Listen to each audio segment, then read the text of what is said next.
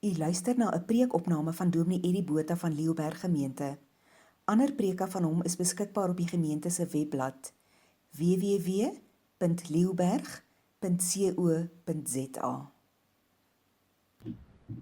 Ons is vanoggend by Lukas 6, daar vanaf vers 46. Terwyl ons die plekkie dan so oop het, kom ons vra dat die Here vanoggend vir ons ook hier sal praat. Here Jesus, ons sê vir U dankie dat ons vir 'n oomblik ons kan afsny van alles daar buite. Kan stil raak en luister wat die Gees vir die gemeente sê. En ek wil vra, Here, dat hierdie woorde werklik inslag in ons harte sal vind, dat U Gees sal praat, deur die banke sal beweeg na elkeen, dat ons hier kan uitstap baie seker, waarop bou ons geloof in ons lewens werklik, dat ons die vrug kan sien in ons lewe vir wat dit is, en dat ons onsself nie langer mislei, en dat ons dalk uitkom en ons huis plat geslaan word, wanneer U oordeel kom en die storme wat aan ons ruk nie. Kom Here, kom breek hierdie woord vir ons. Kom hê met elkeen afsonderlike ontmoeting. Kom praat met ons, U kinders luister. Amen. Ons kom aan die einde van die preek en Matteus is dit in 3 hoofstukke opgeskrywe. Lukas gee dit vir ons in hoofstuk 6. En ons het nou dit mooi gedissekteer en ons sien dat dit gegaan het. As die Here sy eerste preek gee, is dit nie 'n preek om skares gerus te stel nie. Dit was geen lekker boodskap om aan te luister nie. Is op die man af, dit is reguit. En daai preek is 'n tweesnydende swaard. En soos enige preek, 'n goeie preek moet eindig. En deel hê daarvan is 'n uitnodiging. 'n Oproep tot 'n keuse. En so kom die Here ook dan by hierdie gedeelte. Hy sê, watter sin dat julle my aanspreek met Here, Here, en nie doen wat ek sê nie. Elkeen wat na my toe kom en na my woorde luister en doen wat ek sê, ek sal vir julle verduidelik soos wie hy is. Hy is soos 'n man wat by die bou van sy huis die grond diep uitgegrawe het en die fondament op die rotsbodem gelê het. Toe daar oorstroming kom en die vloedwater die huis tref, kon dit hom nie beweeg nie, want die huis was goed gebou. Maar as iemand luister en nie doen wat ek sê nie, is hy so 'n man wat sy huis bo op die grond gebou het, sonder 'n fondament. Toe die vloedwater dit tref, het dit dadelik ingestort en daardie huis het een groot puinhoop geword. Kom ons uit die gedeelte oop, ek wil graag daarby stil staan.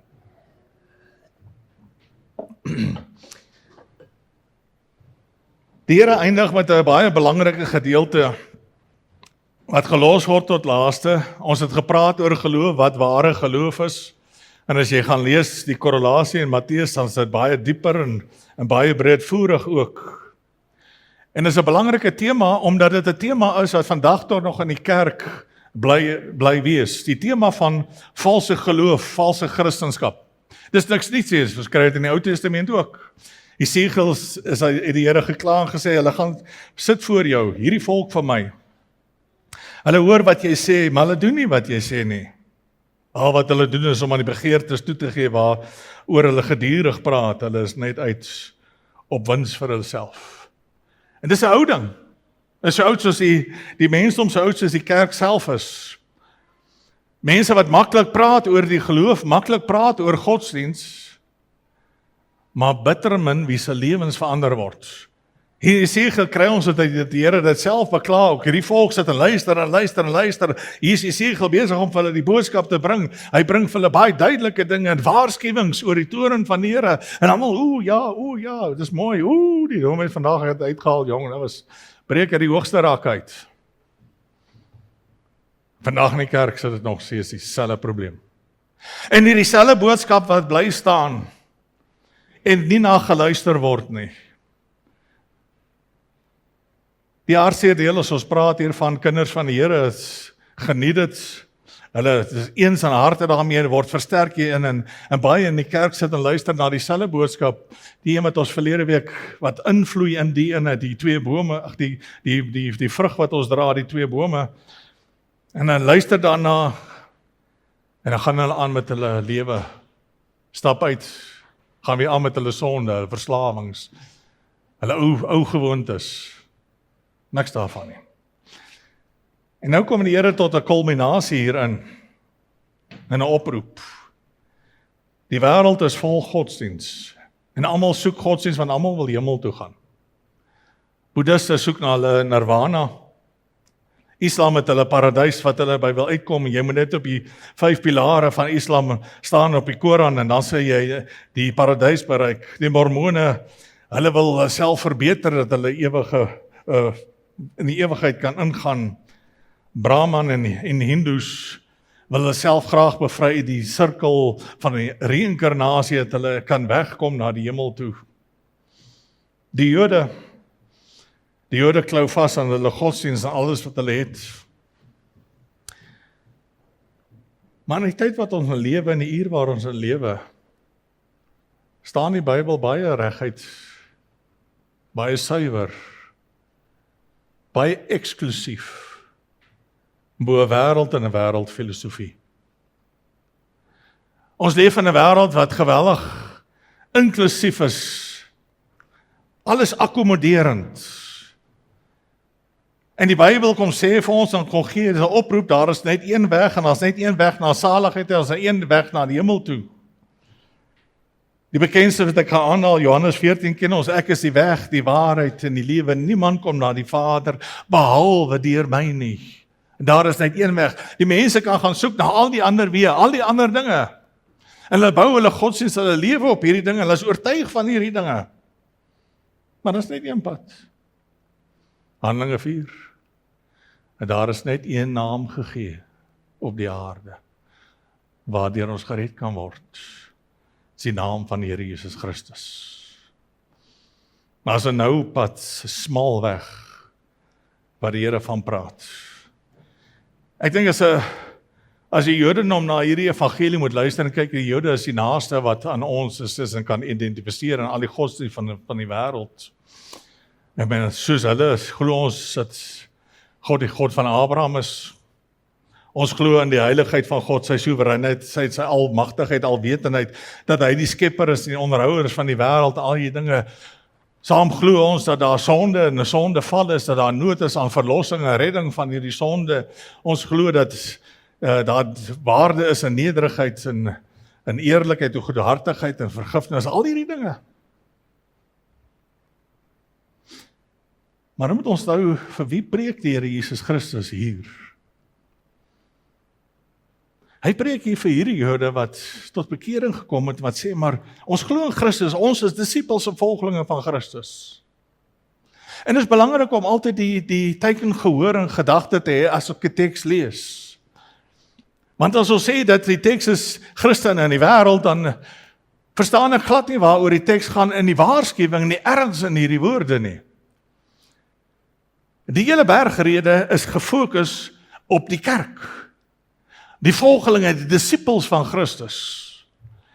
Die sogenaamde Christene en die ware Christene. Die koring en die kalf, die skaap en die bokke, die noupad en die breë pad.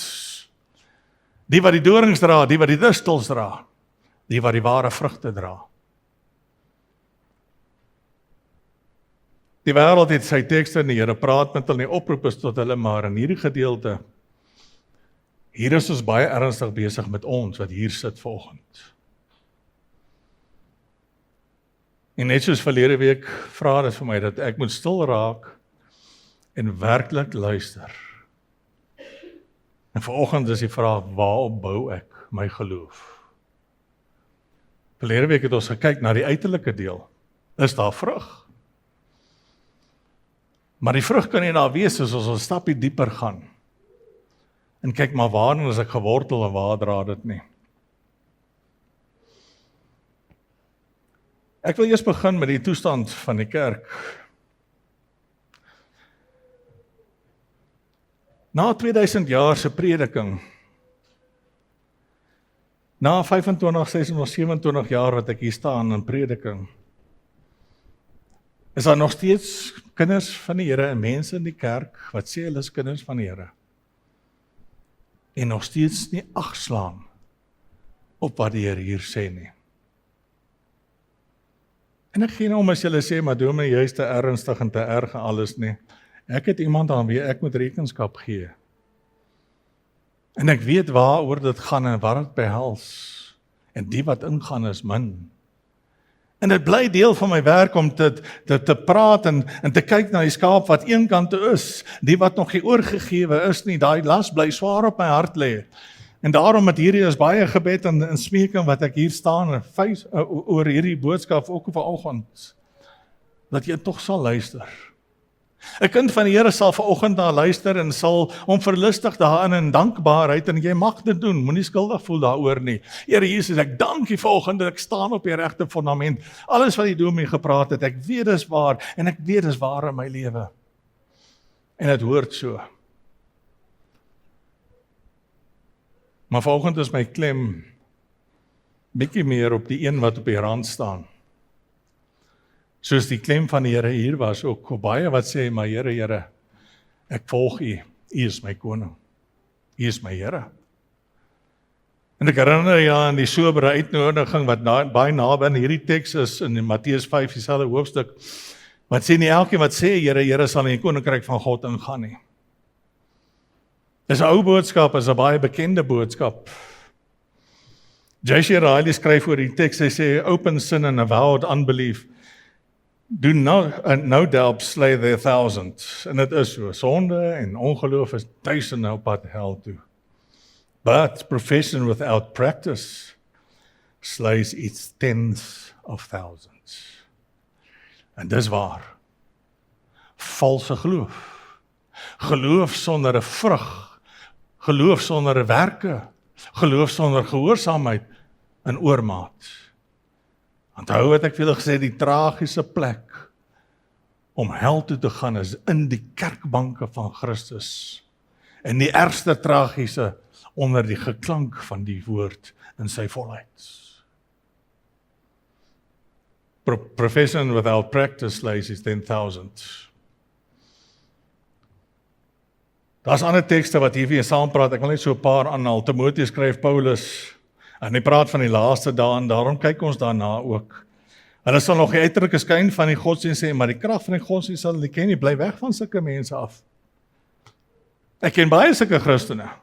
Uiterlike skyn van die godsdienst praat maklik oor die oppervlakkige dele van godsdienst, oor Bybelse dinge. As ek kom by die Here in die dieper dinge, nou geen kennis daarvan, geen begrip daarvan nie.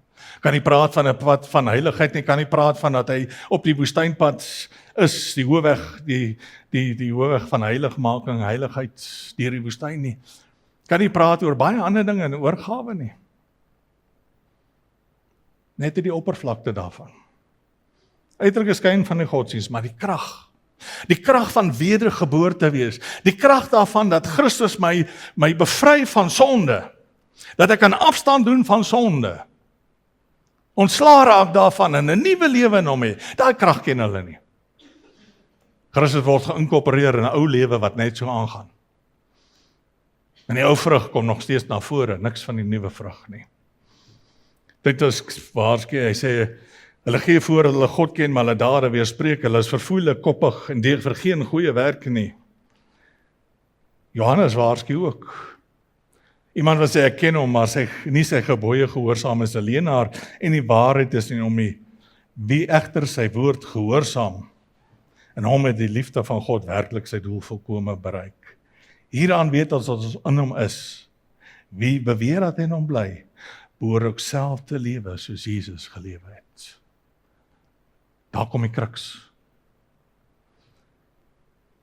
En hier moet ons mooi onsself laat meet en dit kan jy net doen persoonlik en in werklike afhanklikheid in stilte saam met die Heilige Gees. Luister na wat ek sê en vat dit huis toe. En dan vra ek myself, daar waar het stil is, waarop bou ek, Here? Waarop bou ek werklik? John MacArthur skryf oor die gedeelte, hy sê, submission to Jesus Christ as Lord is a non-negotiable element of true salvation. Here, Here, te sê, maar submission, sal later weer 'n bietjie daarby kom.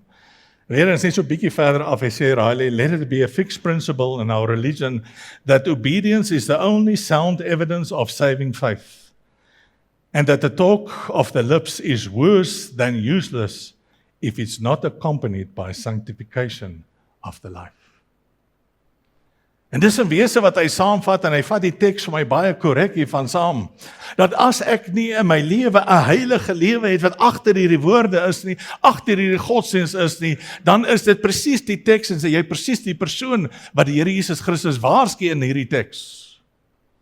En is 'n waarskuwing wat die Here gee vir mense wat voor hom sit en na hom luister, uit liefde en uit erns, want hy weet wat kom. As ek weet, hier kom 'n orkaan Woensdag deur, dan gaan ek vir julle waarsku na. En ons gaan ons huise iets doen en vassit en dinge bou en mure toeslaan en vensters toekap met hout. En alles wat ons kan doen om 'n orkaan weer te weer. Die ou wat nie geluister sê, die dominee, wat weet hy nou? Hy moet maar sy huis optel nou. Die bakstene gaan soek. En die Here sê, hier kom 'n orkaan. Hier kom 'n storm. Hier kom 'n oordeelsdag. En op die oordeelsdag sal die bouwerk geëvalueer word. Maar nou is die tyd om daarna te kyk. Nie dan nie. Dis te laat. Staan in die begin van die jaar. En hier is 'n deel waar die Here vir ons oproep tot 'n keuse, tot 'n uitnodiging. Daar's twee kante hier wat belangrik is. Ek sê sommer so 'n kantnota. Ek hou van 'n baie gebalanseerde, omvattende teologie. Ons weet dat my bekering kom vanweë Christus, die Heilige Gees tot homself openbaar. Dis die werk van God. Maar ons is 'n vrye wil gegee, uit ons so geskape, dat ek moet ook reageer op die uitnodiging van God en wat hy gee. So daar is 'n keuse, daar is 'n deel waarin ek 'n aandeel het, al is dit net 'n antwoord op hom. Maar my aandeel is net so belangrik. Hoe klein en hoe gering het ook al mag wees, as ek kyk in die groot skema in die werking van God. En dis waar hierdie teks vir ons inkom. En die uitnodiging. Romeine gaan aan en ook te praat. Hy sê as met jou mond bely dat Jesus die Here is, met jou hart glo dat hy God op my dood opgewek het, sal jy gered word. Met jou hart glo word ons vry, met die mond bely ons word ons gered. Daar is die geloof, daar is die dade, die twee loop hand aan hand met mekaar. Hebreërs sê hy, toe hy volmaaktheid bereik het, het hy vir almal wat aan hom gehoorsaam is, die bron van ewige saligheid geword. Kyk hoe gebruik Hebreërs 'n wisselterm. Nie geloof nie. Normaalweg so ons gedink het in die teks, dat almal wat aan hom glo die bron. Nee. Hoekom? Baie pertinent. Omdat geloof en gehoorsaamheid in mekaar gewewe word. Ware geloofsaamheid, 'n geloof is gehoorsaamheid. Daar het ek 'n nuwe woord ontdek. Geloofsaamheid. Dis waaroor dit gaan. En daarom het hy dit gebruik. Die wat aan hom gehoorsaam is, kan hy nog gehoorsaam wees as ek nie glo nie, en as ek nie weet wie en wat hy is nie. As ek weet wie en wat hy is, dan volg die volgende noodwendig dat daar 'n gehoorsaamheid moet word. Kan nie anders dan nie. Petrus praat ook hiervan. God soos die Vader vooraf bestem het julle uitverkies deur die Gees afgesonder om aan hom gehoorsaam te wees en besprinkel word met die bloed van Jesus Christus. Die probleem met die teologie en die algemene siening vandag in die kerk, dat ons wil hierdie teks hê sonder die gehoorsaamheid. Ons wil sê ons is kinders, ons is besprinkel met die bloed van Jesus. Maar aan my kant en van my kant af is daar niks anders dan nie.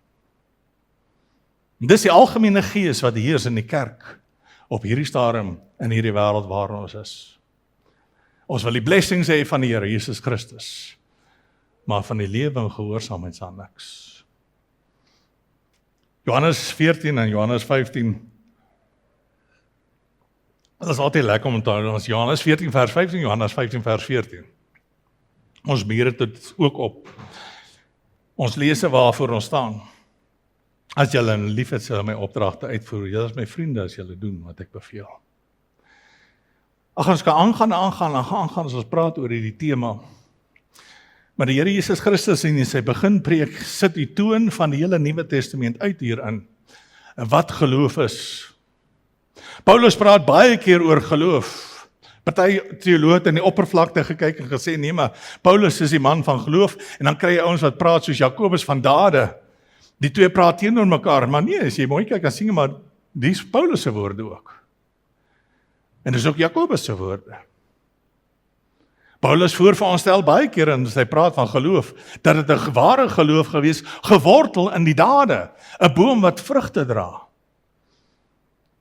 Dis waaroor dit gaan. Kom ons kyk na die prentjie wat die Here vir ons hier skets. En dit is 'n pragtige prentjie wat hy skets, maar dit is baie belangrik om dit te verstaan.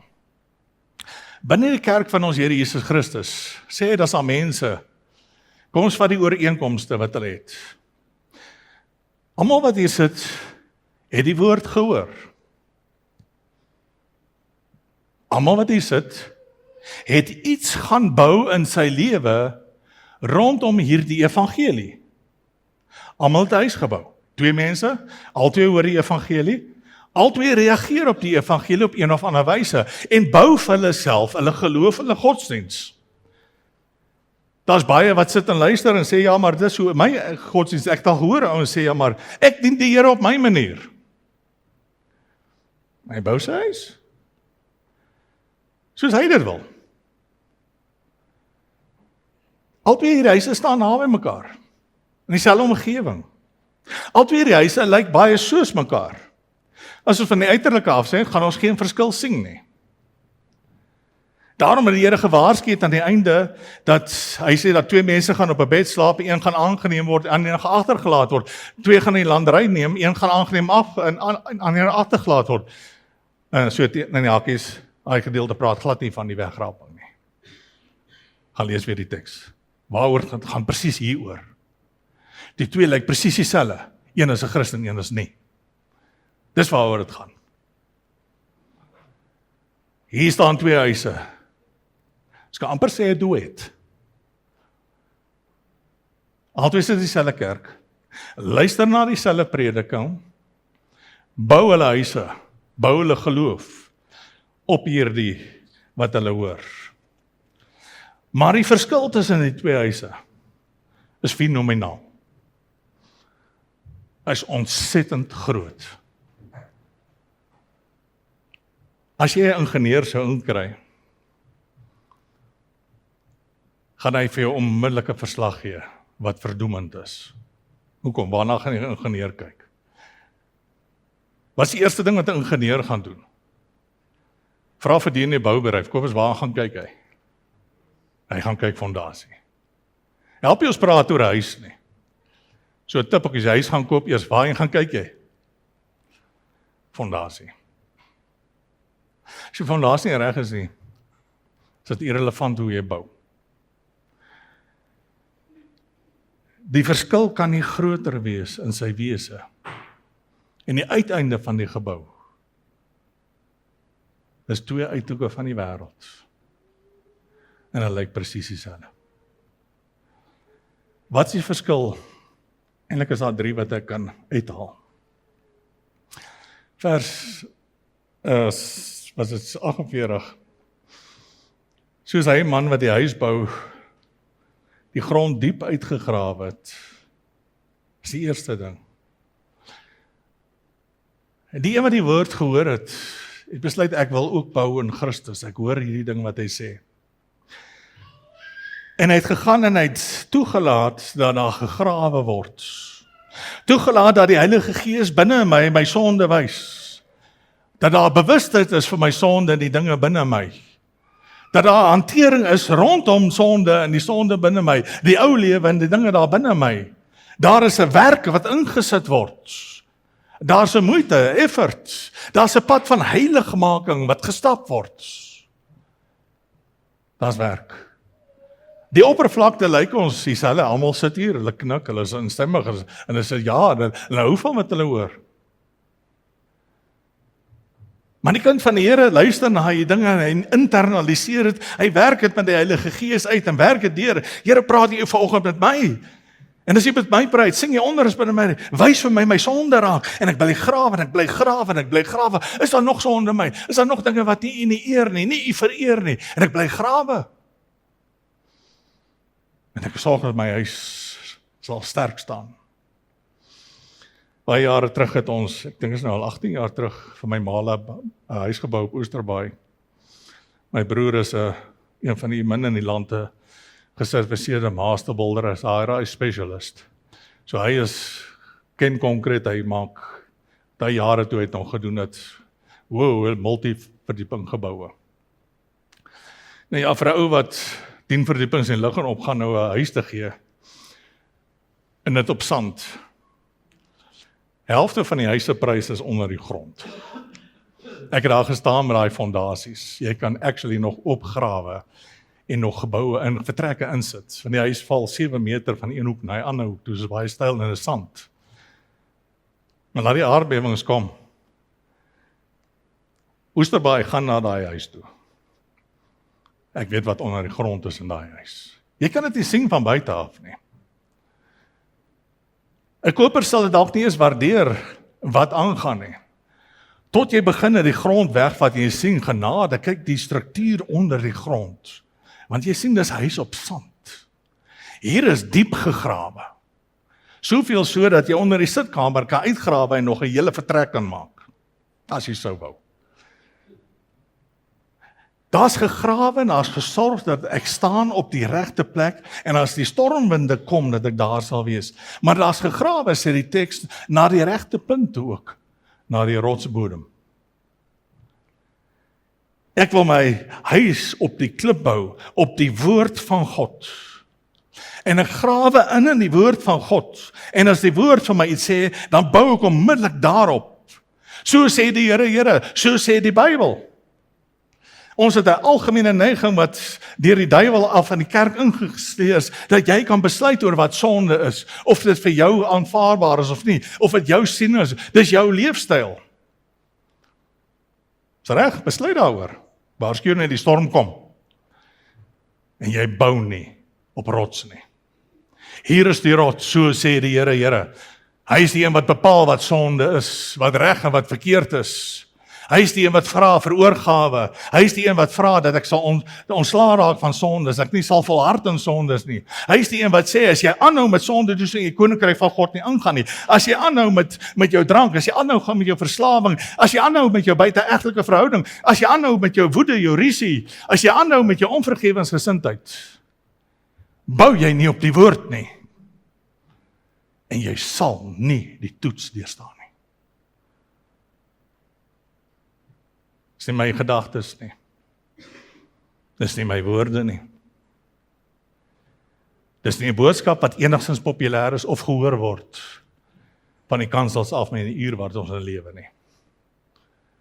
Maar so sê die Here, as ek nie diep grawe en bou op die fundament van hierdie woord van God nie, en dit nie my lewe bepaal nie. Met ander woorde, diep eenvoudig, ek grawe, ek hoor die woord van die Here en ek gehoorsaam dit. Dit kos my iets. Vir elke kind van die Here is daar sonde wat ons moes opgee in ons lewe. Daar's 'n stryd wat elke Christen aangaan. Jy's nie uniek nie. As jy 'n verslawing moet opgee, raai wat? Welcome in the club. Hier sit nie een Christen hier wat nie 'n stryd voer teen sonde in sy lewe nie. Ons almal is deel daarvan. Maar ons is almal besig om te grawe en te bou op die woord van God. Die Here sê, dit hoort nie in my lewe nie, en ek het 'n oorlog daarteen verklaar, dit sal nie in my lewe wees nie. Ek staan op die fondasie. En die valse gelowige, die met sy mensgemaakte godsdienst doen nie dit nie. Hy regverdig homself. Hy sal net uitstap. En soos Jakobus sê, sal klaar vergeet het wat die woord gesê het. Sy gesig in die spieël gekyk en goed vergeet. En so gaan hy aan. Die derde verskil is, daai ou bou sy huis bo op die grond. Ek wens ek kan sê, dis die minderheid van sogenaamde Christene wat dit doen. Maar die Bybel sê, die pad na die hemelse stad is nou en die poort is smal.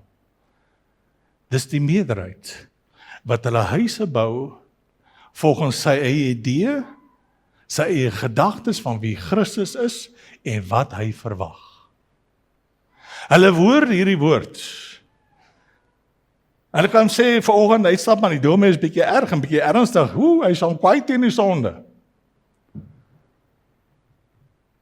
Dan stap hy maar met sy opinie. Wat maak hy? Grawe nie. Daar's geen werking met die Heilige Gees nie. Daar's geen worsteling met hom as hierdie ding in my lewe nie. Here, ek weet ek moet hierdie prys gee. U vra dit, u het gesterwe daarvoor, ek kan nie hierdie in my lewe toelaat nie. Hy bly op die sand, bly op die oppervlakte. Stap uit, vergeet, gaan aan met sy lewe, regverdig homself, het sy verskoning, sy dinge. Die feit ook, saak, hoekom ek nie saam met die NG Kerk kon bly nie, is juis hieroor, dat hulle sonde regverdige mense hel toe stuur. En hulle 10.000. Nee, toe maar homoseksualiteit is nie sonde nie. Een sonde is nie meer as 'n ander sonde nie. Sonde is sonde soos God geopenbaar het. Egbreek is sonde. Om verslaaf te wees aan dinge is sonde. Om nie 'n vergewensgesindheid te hê nie is sonde. En die lyste wat Paulus hier gee van dinge wat jou diskwalifiseer van die hemel is dood eenvoudig om die woord daaroor praat. Ek het nie gegrawe en my lewe daarop gebou nie. Ek praat van Jesus as verlosser, maar ek wou nooit verlos nie. Hoe kan ek sê hy is my verlosser en ek is nog steeds slaaf van 'n sonde? Dan sê hy my nie verlosser nie waar nie. En in die teks wat ons van praat, dan sê hy ook nie my Here nie. Help ek sê Here, Here. En ek luister nie na wat hy sê.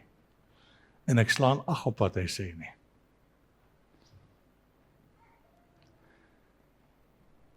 Te veel mense bou vandag bo op die grond. Daar's 'n duiwelse teologie wat rondloop in die kerk onder die titel van easy believism. Al wat jy hoef te doen is maar net glo. Wat jy glo en die inhoud van wat jy glo en hoe jy glo is nie regtig belangrik nie. Daarom kan predikante nou begin opstaan en selfs die moderator van die algemene sinode opstaan en sê, maar luister, almal gaan hemel toe, of jy nou moslim is of jy wat ook al is. Jy moet net glo. Ek herinner jy aan die teks wat ons net aangehaal, dis nie wat die Bybel sê nie. Net Jesus Christus. Net hy is die Here. Net hy is die weg deur die saligheid, niemand anderste nie. Die Here preek hierdie vir die Jood ook, om vir die Jood te sê, maar luister hier, al ken jy die Ou Testament, al het jy God aanbid in die Ou Testament, dis nie die weg nie. Ek is die weg. In my is die weg. In verbondenheid met my is die weg. Daar is geen ander pad nie. Jy kan vir jou huis bou, 'n godsdienstige huis soos jy wil. Maar deur die genade van die Here kom maar ook stormwind en 'n stormwind sal dit toets. Hulle bou bo op die grond. 'n Ander term wat ook vandag gebruik word is Christianity Light. Wat hulle bedoel daarmee is, dis Christendom sonder enige effek in jou lewe. Dis 'n Christendom sonder die kruis, sonder die prys. 'n Mens, dis die algemene godsdienst van die uur. Godsdienst sonder krag. Kinders van die Here wat nie wedergebore is nie.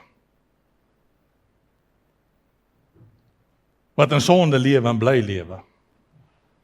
En nie afstand doen daarvan nie. Wat aanhou met hulle ou lewe, hulle ou dinge, hulle ou pad. Sit in 'n kerk, luister na die dinge, ek hou my aan aan my Bybelstudie, lees my Bybel. Ek bou my huis soos ek my huis wil bou. Dis 'n baie mooi godsdienstige huis. Daar's 'n teken van 'n visie by die deur. Jy hang 'n kruis oral in die huis. Staan nog steeds op grond, bo op die grond. En die vloedwater kom wys vir ons waarop dit werklik staan. So bo op die grond beteken ook saam met dit, sê as 'n Christen, maar daar's geen diepte, daar's geen kennis waaroor dit gaan met Christus, en die dinge van Christus nie. Te veel Christen het ek al mee gepraat, en jy kan gou agterkom, sy verstaan van die woord is baie vlak en baie min. Hoekom? Omdat sy omgang met hierdie woord baie vlak en baie min is. Lees 'n bietjie Bybel van die oggend wat hy moet, vir 'n goeie Christen doen nie waar nie. Maar daar is nie gemediteer nie, daar is nie gevra nie, daar is nie gepraat nie, daar is nie 'n verhouding met die Here. Daar is nie 'n ingee nie. En as jy kyk na die huis, dan sien die huis gaan nie hou nie, want die huis is eintlik maar gebou op myself. Wie ek wil en wat ek wil en hoe ek wil. En nie op die rots, soos die Here bepaal het nie. En ek dink dis hoekom die pad na die ewige heerlikheid min is. Want die wat voor die Here wil staan, hulle self ontbloot voor hom, en sê, Here, kom wys vir my sonde, wys my die diepte daarvan, kom verander my, kom vernuwe my, kom breek my, is bitter min. Maar dis waar die grawe moet wees, dis waar die rots lê, is diep onder. Die toets van die geloof kom, hy sê toe vers 48, daar het toe 'n oorstroming gekom, die vloedwaters die huis getref. Ons het laas gepraat oor die vrug, en hier is nou weer 'n vrug wat ons na kan kyk. Hoe hanteer ek krisis? As krisis oor my pad kom. As die lewensstorme aan my kom ruk, die dinge rondom my ruk. Ek onthou 'n jong predikantjie was dit ek al gesing het, mense uit hierdie Health and Wealth charismatiese gemeentes wat hulle het, wat hierdie Christianity Light verkondig. Het ek al gesien hoe mense wat in die kerk voorop is, belangrik is in die kerk, deel van hulle struktuur was, wat op ons neergekyk het, omdat ons nou nie groot gedoop is soos hulle nie, van ons gepraat het van ons, hulle seker maar Christene, jy weet. Hoe hulle totaal hulle geloof opgegee het. En glad nie meer glo vandag nie. Hoekom? Want toe die krisis kom, toe gaan die geloof daarmee, want die geloof is gebou op ek, nie op Christus nie. Ek het al gesien hoe baie mense se lewens vernietig word, en hulle geloofslewens vernietig word, wanneer daar krisis kom, wanneer daar dood kom. Kind van Here, hoe hanteer jy dit as daar dood in jou familie is, en jou geliefdes is? Ons as kinders van die Here is almal diep geraak daardeur. Ons hart is bedroef, ons mis, maar my lewe is nie geskok en uitmekaar geruk nie. Hoekom? Want my God lewe. En my geliefde as hy kind van die Here is by die Here. En vir hom is ek bly. Mense wat sê hulle is Christen en dan kom hulle in krisis, hulle kom by dood en hulle lewens val en hulle geloofslewens val uitmekaar uit. Waar is God? Hoekom gebeur hierdie dinge met my? My liewe mense, is omdat jy op sand bou. Jy het nooit gegrawe na die rots van Christus nie. As jy staan op hierdie rots van Christus, word jy nie heen en weer geruk, soos Jakobus sê, deur die lewe nie, storme in die lewe nie. Jy word nie geruk nie, jy staan nie in bekommernisse, in vrese oor 'n toekoms en dinge rondom jou nie. Laat kom wie wil. Ons het nou by 'n brande gehad en my ma bel en sê die brander sê, ek sê, pak maar jou tasie, dis wat hulle sê jy moet doen, maar gaan slaap rustig. Want my Here leef. En as die Here sê, ek moet nou opstaan, ons moet nou maar die kar vat, want die huis gaan afbrand, dan vat ons nou die kar en brand die huis af. En selfs daarin word my lewe nie geruk nie, want my koning leef. En ek grawe my in die persoon wie en wat hy is, en ek staan daarop. En ek weet die duiwel wil kom, en die vlees wil kom, hulle wil bekommer en sê, maar ek gaan nie daai een rigting, want hier is waar my rots is.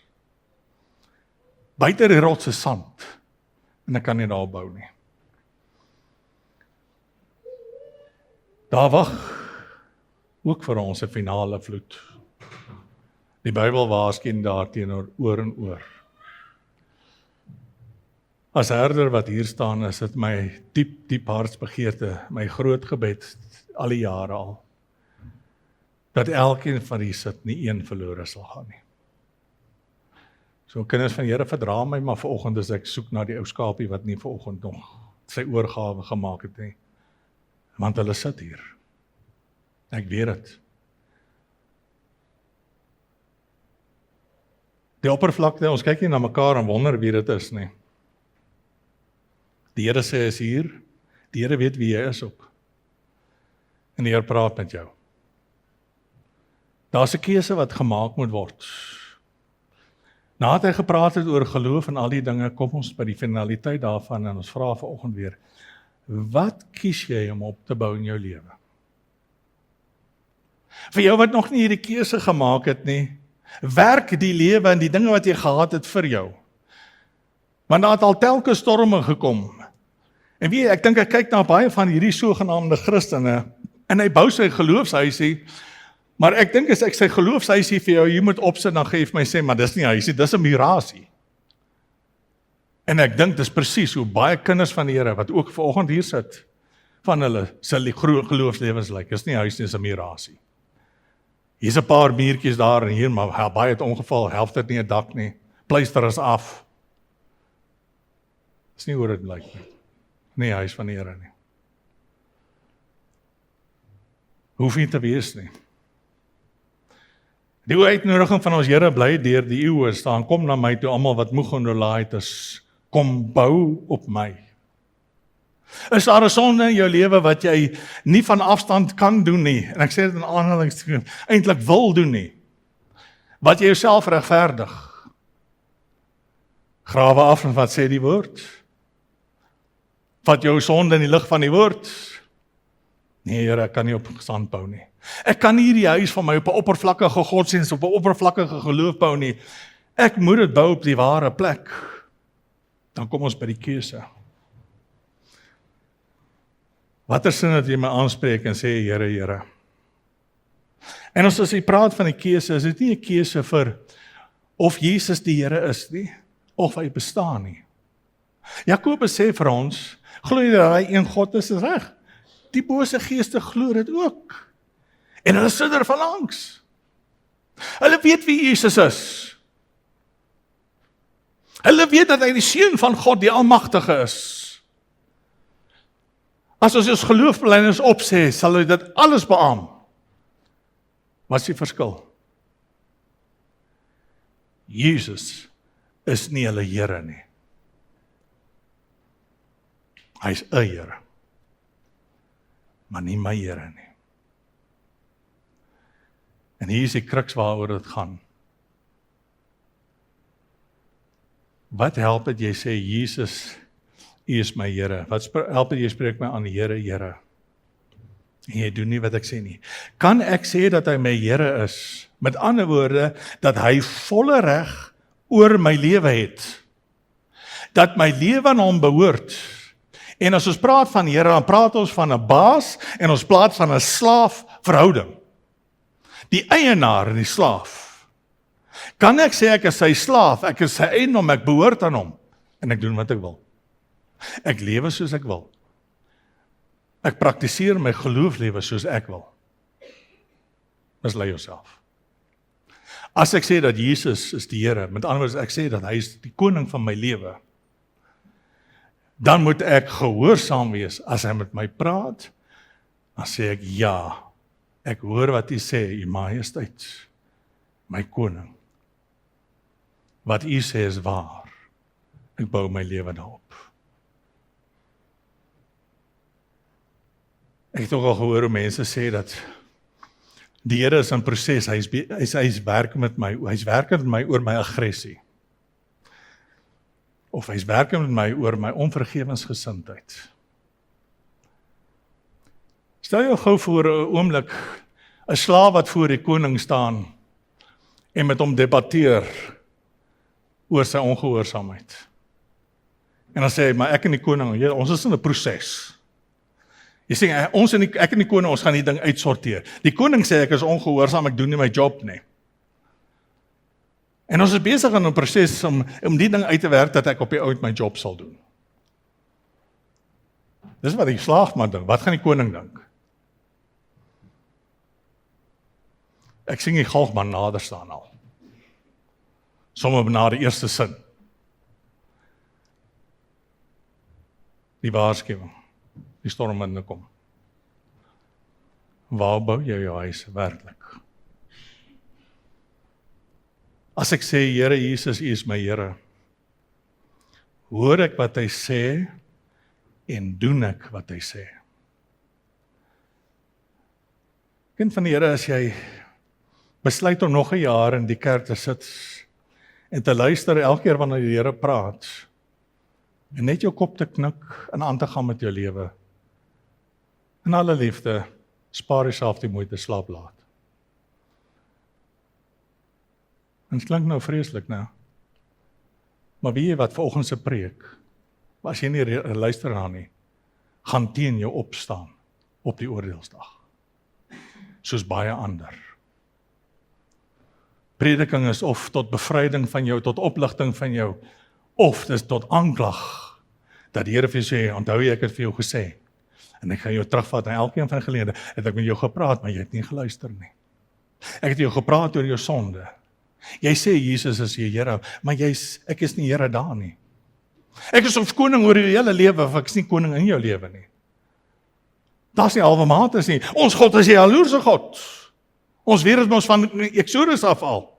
Hy's 'n God van alles. Of hy vat niks. En geen niks. Die keuse is en die oproep is, waar bou jy jou huis? Ek sluit af met wat ons net aangehaal van MacArthur. Submission to Jesus Christ as Lord is a non-negotiable element of true salvation.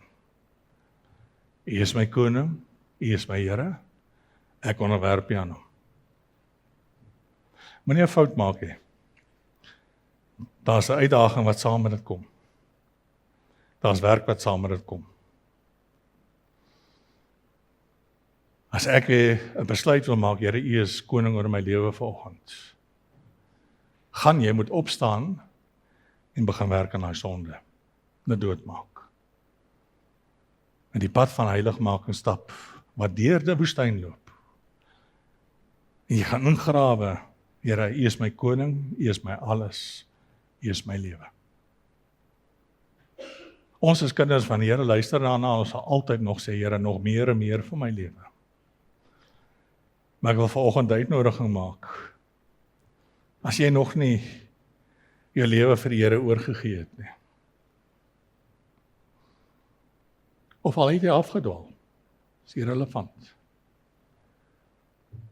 As jy vanoggend voel, maar ek bou op sand, nie op klip nie, moenie verder gaan as vanoggend nie. Ek maak 'n besluit, ek maak 'n beslissing. Vanoggend hier en nou. U is koning van alles. Elke deel. Ek gaan ingrawe. Ek gee aan U oor. En begin saam met ons 'n wonderlike pad stap. Moeilike pad, maar wonderlike pad saam met die Here Jesus Christus. Laaste woorde Johannes 5. Dit verseker ek julle. Wie luister na wat ek sê en hom glo wat my gestuur het die ewige lewe. Hulle word nie veroordeel nie, maar is reeds uit die dood na die lewe oorgegaan. Hoef nie te wag daarvoor nie. Ek resolve om dit hier te doen om myne te vat. Kom ons raak net so stil. Ek wil vra daar waar jy sit in die stilte ook wat ons het, terwyl die Gees van die Here hier is en deur die banke beweeg.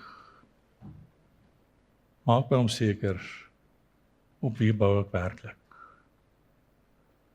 As daar 'n onrustigheid in jou hart is, luister na die onrustigheid. Luister na daai rooi lig, daai waarskuwing.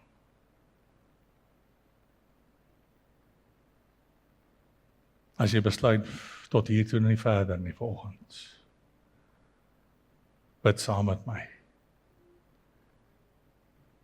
Here, U is my koning en my Here.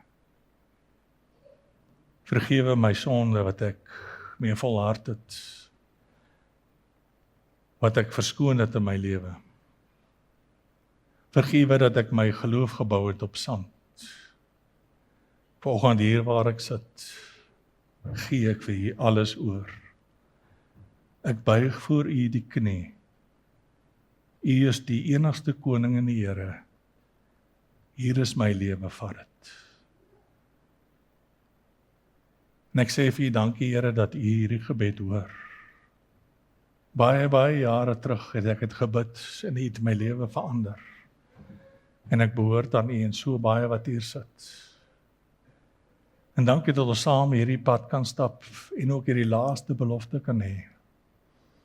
dat die wat u luister, wat in u glo, ons het die ewige lewe. Ons is op soliede rots gebou. En ek dank u daarvoor. Amen.